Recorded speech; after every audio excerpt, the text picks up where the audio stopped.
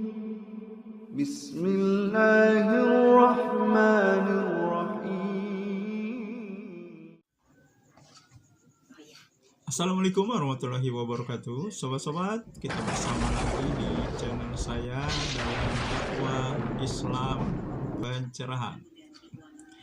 Sobat-sobat, Mas Heri Pras, seorang pendekar dan seorang NU Tulen, sobat-sobat.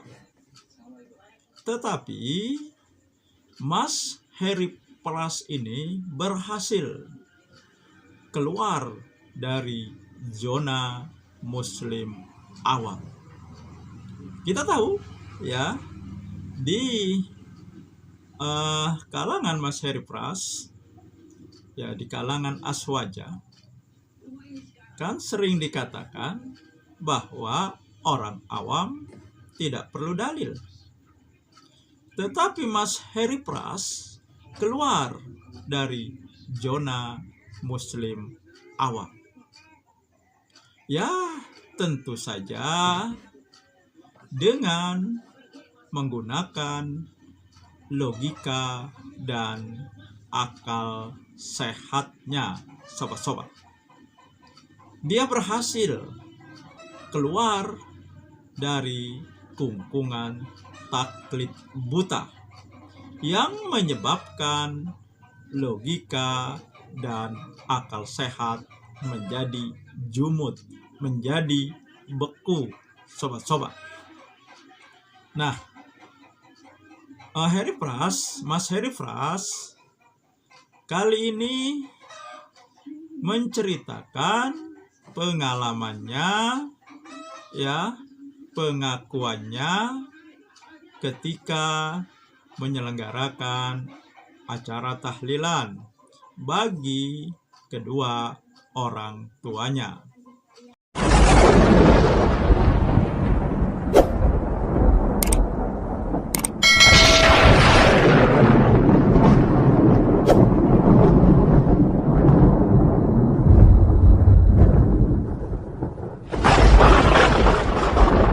Ya, dia sebutkan kendala-kendalanya.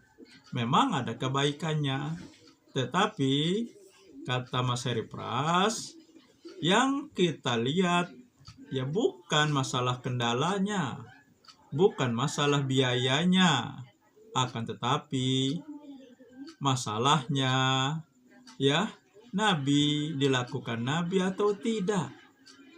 Nah, demikian ya apa yang disampaikan oleh Mas Heri Pras. Untuk lebih jelasnya, mari sobat-sobat kita simak ya bagaimana penjelasan Mas Heri Pras berikut ini, sobat-sobat.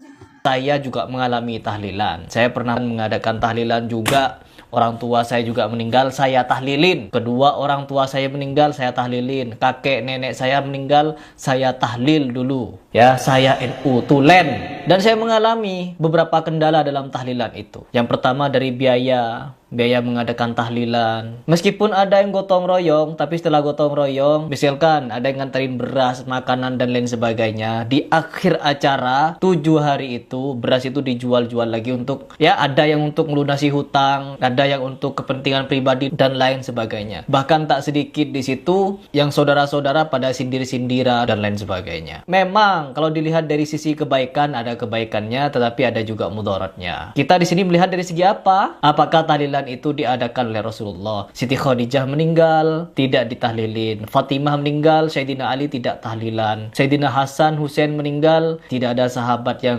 mentahlilkan mereka, dan lain sebagainya. Apakah di sini kita merasa amalan para sahabat itu kurang? Apakah amalan Nabi Muhammad itu kurang? Sehingga kita harus menambah-nambah ajaran. Penjelasan Mas Heri Pras, ada yang memberikan semacam kritikan, sobat-sobat. Ya, tetapi ya beda kelas lah, sobat-sobat ya.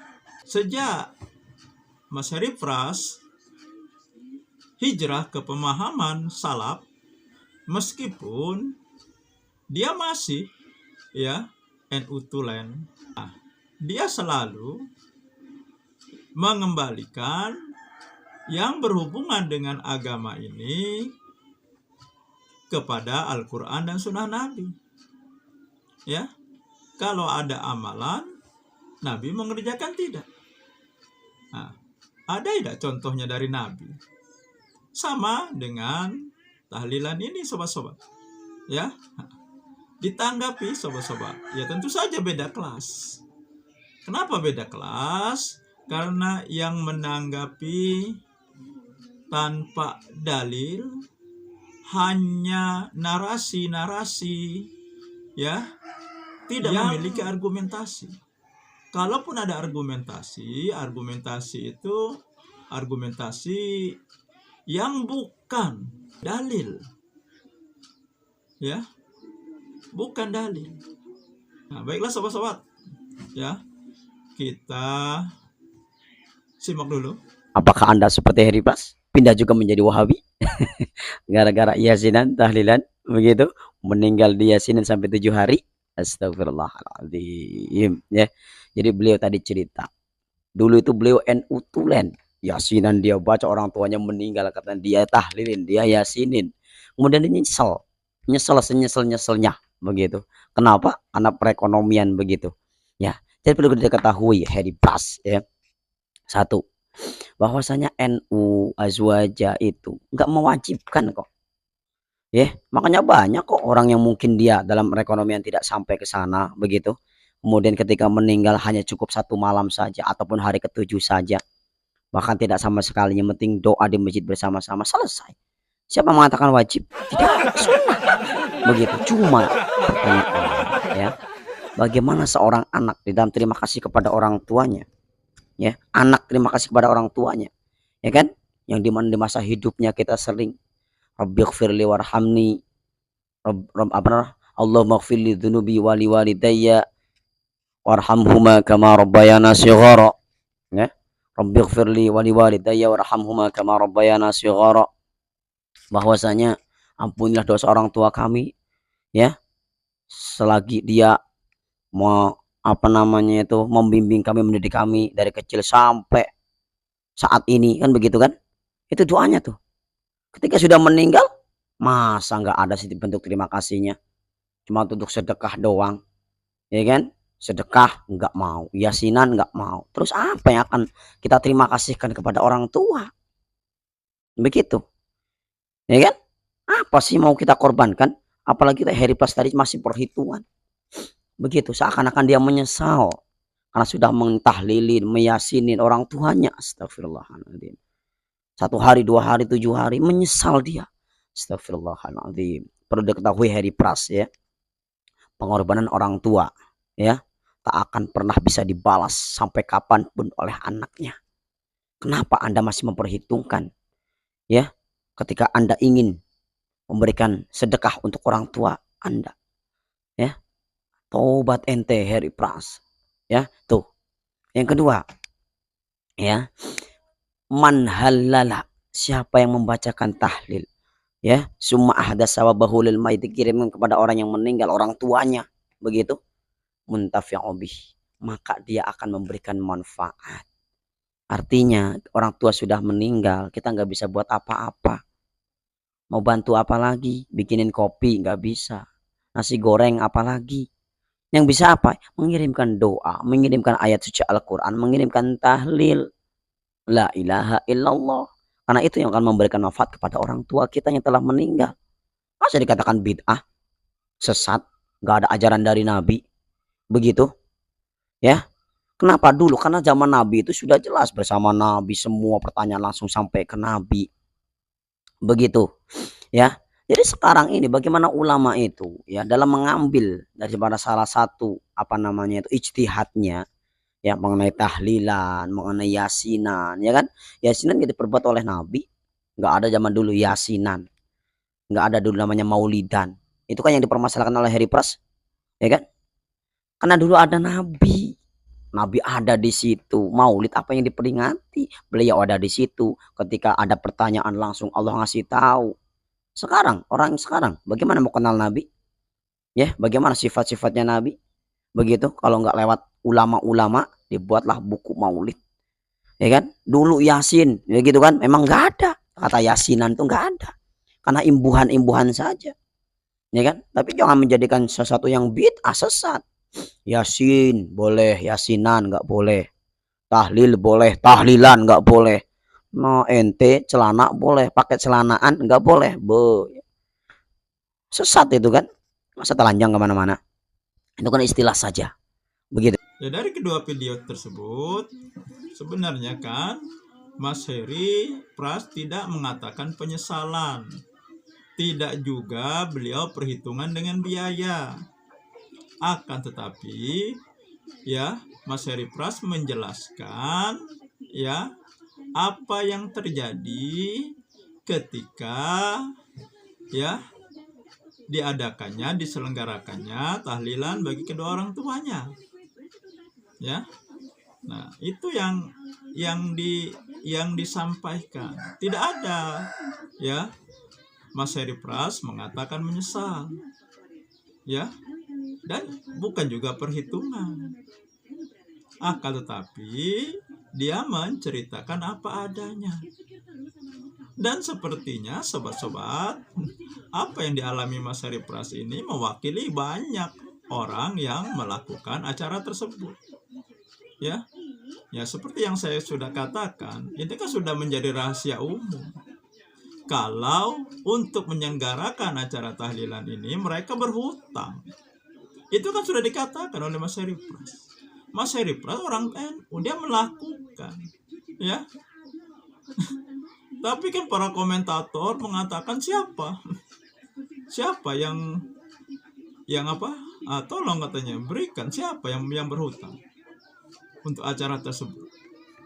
Padahal ya itu kenyataannya memang seperti itu. Ya buktinya Mas Heri Pras mengatakan seperti itu. Bantahan-bantahan tadi, sobat-sobat, ya misalnya dia mengucapkan jadi katanya, kalau saya tangkap dari cuplikan video yang kedua, sobat-sobat, ya. Jadi katanya tahlilan ini adalah rasa terima kasih kita kepada orang tua. Jadi tahlilan ini disamakannya dengan ya rasa terima kasih kita kepada orang tua. Dan yang apa ya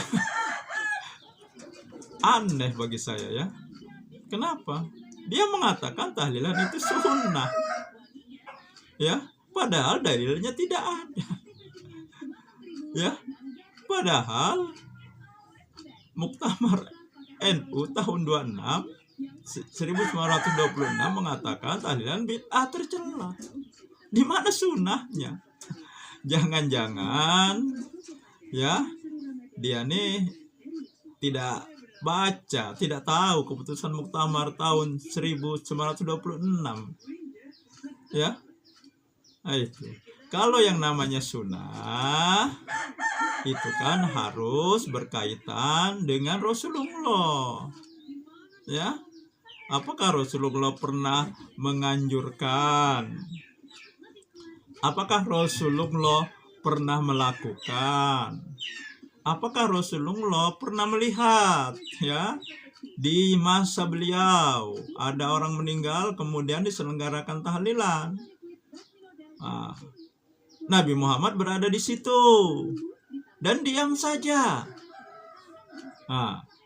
Kalau ya 3 hal atau salah satu dari ketiga tersebut ada, itu baru bisa dikatakan sunnah. Tapi kan tidak ada satupun ya di masa Nabi tidak ada acara tersebut. Nabi sendiri tidak melakukan. Nah, jadi sunnahnya di mana? Inilah kan, kalau sesuatu yang memang menyelisihi sunnah ya dibela bagaimanapun dengan dalil apapun, akhirnya kan dalilnya berubah-ubah. Satu dengan yang lainnya berbeda. Ini mengatakan sunnah. ya, ada yang menganalogikan tahlilan dengan menancapkan pelepah kurma ke kuburan. Ya. Terus apalagi? Kan jelas. Ya, tahlilan ini bid'ah. Ya. Nah, lalu dicari lagi pembelaan. Ya bid'ah. Ya bid'ah hasanah itu dalam masalah ibadah. Bid'ah hasanah itu dalam masalah dunia. Ya. Nah, dalam masalah dunia, dalam masalah ibadah tidak ada. Nah, ada lagi di komen yang saya baca, siapa katanya yang sudah mengkonfirmasi dengan Rasulullah sehingga ya pemahaman bid'ahnya merasa benar. Nah, ya, ada lagi yang seperti itu. Rasulullah itu kan diutus sebagai nabi untuk menyampaikan risalah agama Islam. Ya. Yang namanya agama itu berkaitan dengan ibadah. Ada ritual-ritual ibadah yang diperintahkan, atau ada juga yang disunahkan, yang sunnah. Nah,